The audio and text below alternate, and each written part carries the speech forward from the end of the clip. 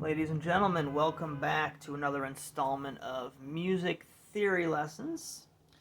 Today we're going to be discussing the dominant seventh chord, which could also just be known as a seventh chord.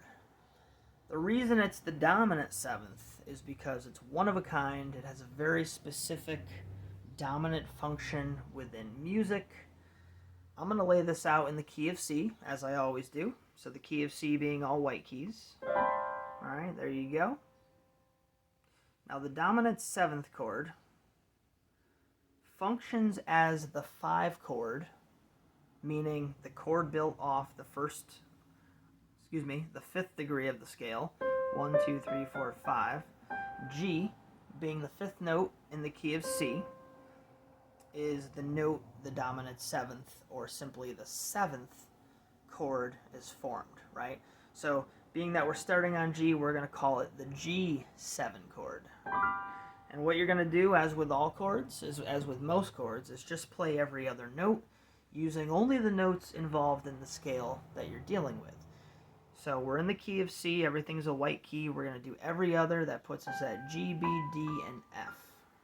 Now if you take away the F, you're left with a simple G major triad, right?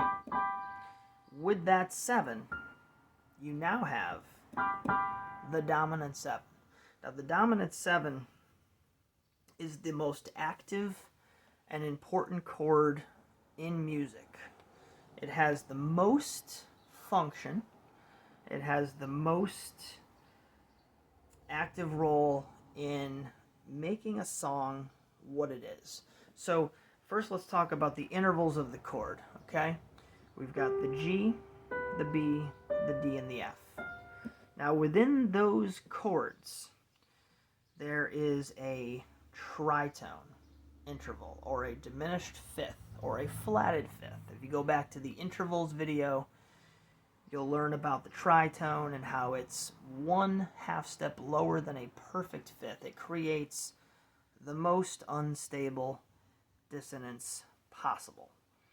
And I'm going to remove the 2 notes that are hiding the tritone, and then I will play them so you can hear it. So I'm going to remove the root note, G, and the 5th, D. And you're left with a B and an F. Now if you play those 2 together, you get the tritone. If I were to move the F to an F sharp, I now have a perfect fifth, which is a perfect interval, right? It's very consonant, it sounds very stable. 1/2 step lower, diminished fifth, okay? That's what's giving that 7th chord, that dominant 7th chord, its magical powers.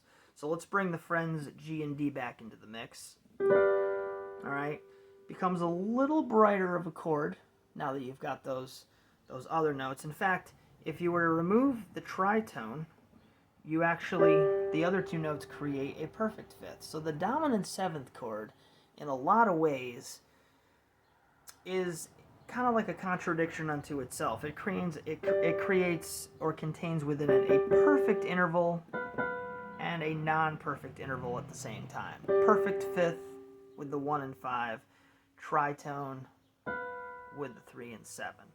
It's like worlds are colliding, right? And that's where the dominant nature of this chord comes in, because what this chord is going to do is it's going to create unbelievable tension within the harmonic fabric of whatever you're playing, and it's going to ask for resolution.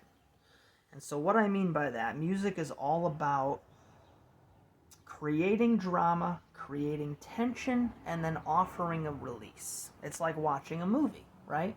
You watch a movie, it slowly builds to a peak, you get the climax, and then it comes down the other side, and you find relief and closure in the situation. So, same thing in music, right?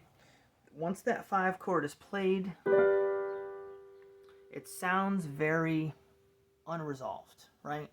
Even not in the context of a chord progression itself. It's very unresolved. What we need to do is add a resolution to that. So what we're going to do is follow that up with the 1 chord, right? So here's your 5 chord in the key of C, G7, to the 1 chord C. And you can voice these any which way you want. We could do this, we could do that. It's the same chords, slightly different voicing, but the outcome is the same. Now here's the science behind it. As we discussed, you have the tritone. That's where all your tension's coming from, in the dominant 7th chord. But here's why, okay? If you look, you have 2 notes that have no black key on one side. No half step that's not an actual solid note in terms of being a white key. So the B, which could be called the leading tone, by the way, that'll come up in the future, wants to resolve to the C. There's like a magnetism that wants that note to go home to C. And of course C is the 1 chord. So a G7 resolves to the 1 chord C.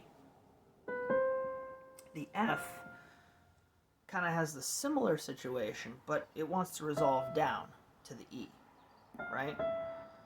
It's got that pull.